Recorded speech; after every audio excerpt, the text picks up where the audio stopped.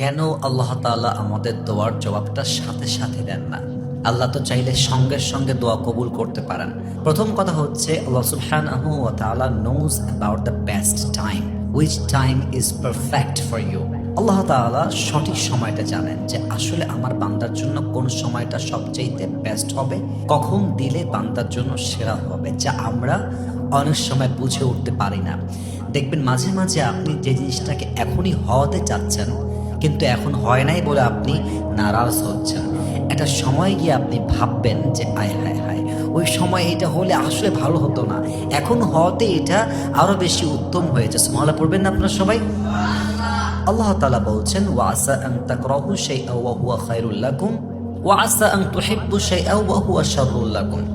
Sometimes you may dislike a thing, but Allah subhanahu wa ta'ala knows it is best for you.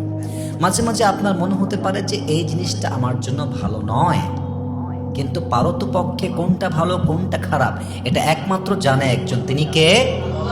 আবার মাঝে মাঝে আপনি ভাবছেন this is best for me, but Allah সুবহানাহু ওয়া তাআলা knows that this is not best for you. কোনটা ভালো কোনটা খারাপ এটা আমি আপনি জানি না, এটা ডিসাইড করবে একজন, তিনি কে? তো আল্লাহ তাআলা জানেন which time is the best for you.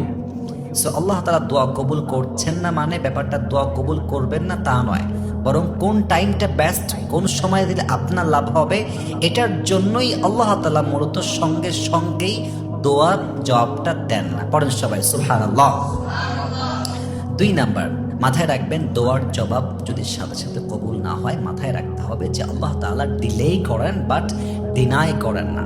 এর অর্থ হচ্ছে আল্লাহ দেরি করান বাট আল্লাহ দোয়াটাকে কবুল করেন নাই, ব্যাপারটা এরকম না।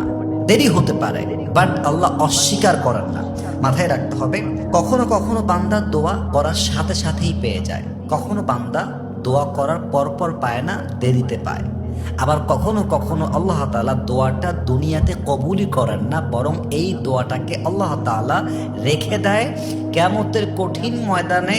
ওই বান্দার দোয়া ওই যে ওই সময় কবুল হয় নাই, আল্লাহ দোয়াটা কবুল করে কিয়ামতের দিনে, এবং বেশিরভাগ বান্দাকে আল্লাহ তাআলা এটার ওয়াসিলা করে জাহান্নামী থেকে জান্নাতি বানায় দেয়। সুবহানাল্লাহ পড়বেন না আপনারা সবাই?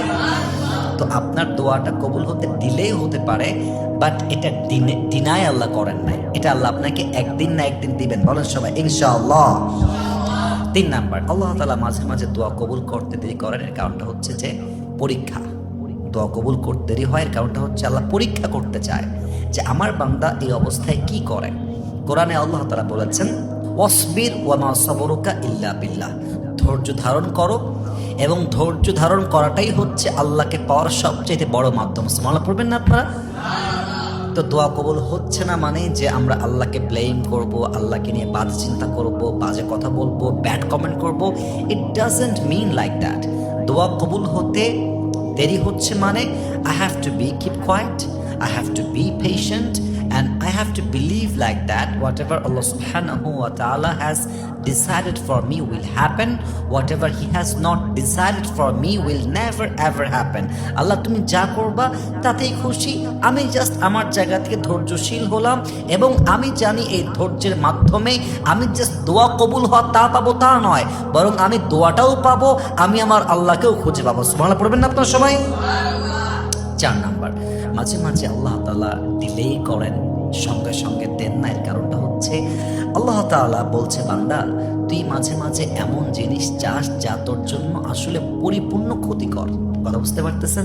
পরিপূর্ণ ক্ষতিকর। একটা এক্সাম্পল দেই, যেহেতু বেশিরভাগ যুবকরা আমাদের ওয়াজ শোনে, মনে হচ্ছে যে একটা মেয়েকে দেখে একে বিয়ে করতে হবে, একেই লাগবে আল্লাহ, কিন্তু এই মেয়ে যে ডাইনি, এটা যে কুটনি, এটা তো তুমি জানো না, এটা আল্লাহ তাআলা জানেন। কথা বোঝার চেষ্টা করতে হবে। তো আল্লাহ ওকে দিচ্ছে না মানে যায় হায় হায় यार ये मुझे क्यों नहीं मिला, मैं मरना चाहता हूँ, मुझे फांसी का सजा चाहिए, আমি মরে যাব। এই একটা ভিডিও শুনে দেখছিলাম যে मैं इसका पति हूँ और ये मेरा पत्नी है और मुझे सिर्फ फांसी का सजा चाहिए, মানে এর স্বামী কেন, আমি আমার খালি ফাঁসি লাগবে, আমি মরতে চাই, मुझे फांसी का सजा चाहिए। তো প্রিয় ভাইরা আমার, এই বউটা ওই লেভেলের হবে। বিয়ে করার পরে বলবা যে আল্লাহ মুঝে বাস ফাঁসি কা সাজা চাহিয়ে, আমি ফাঁসি চাই, আল্লাহ আমার কিচ্ছু লাগবে না। তো আল্লাহ বলছে বান্দা তুই ক্ষতিকর জিনিস চাচ্ছিস যা তোর জন্য কোনোভাবেই লাভ নাই, আমি আল্লাহ দিচ্ছি না কারণ কি? কারণ আমি তোর ভালো চাই। সুবহানাল্লাহ পড়বেন না আপনারা সবাই?